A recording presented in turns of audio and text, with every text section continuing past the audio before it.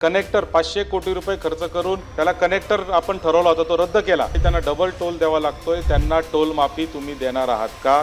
समृद्धी महामार्ग म्हणजे SL word सारखा असा उड्या मारत मारत गाड्या जातात अशी परिस्थिती त्या समृद्धी महामार्गाची झालेली आहे. व्हायब्रेटर लावले की काय त्या रस्त्यामध्ये अशी परिस्थिती आहे. इतक्या बोगस क्वालिटीचा रस्ता खऱ्या अर्थाने तो झालेला आहे. या समृद्धी महामार्गामध्ये उत्तर महाराष्ट्रावर एक फार मोठा अन्याय झालेला आहे. नाशिकच्या लोकांना इगतपुरीला जावं लागतं, डबल टोल भरावा लागतो. इगतपुरीचाही टोल नॅशनल हायवेचा भरायचा, समृद्धीचाही टोल भरायचा आणि परत त्याच्यानंतर खाली कसारा घाट उतरून खालपर्यंत जायचं. आज तशीच परिस्थिती धुळे, जळगाव, नंदुरबार, कळवण, सटाणा, मालेगाव या सगळ्या परिसरातल्या लोकांना या समृद्धी महामार्गावर जाण्यासाठी इगतपुरीपर्यंत यावं लागतंय. तोही रस्ता अत्यंत खराब झालेला आहे. त्याचं काम चालू आहे असं आपण उत्तरामध्ये दिलेलं आहे मंत्री महोदय. पण आपलं उत्तर जे आहे ते सगळं नॅशनल हायवेचंच उत्तर आपण दिलंय असं मला दिसतंय. याच्यात MSRDC म्हणून जो प्रश्न आम्ही विचारलाय त्या बाबतीत काहीच उत्तर दिलंय असं मी मानणार नाही. त्याला कनेक्टर 500 कोटी रुपये खर्च करून त्याला कनेक्टर आपण ठरवला होता तो रद्द केला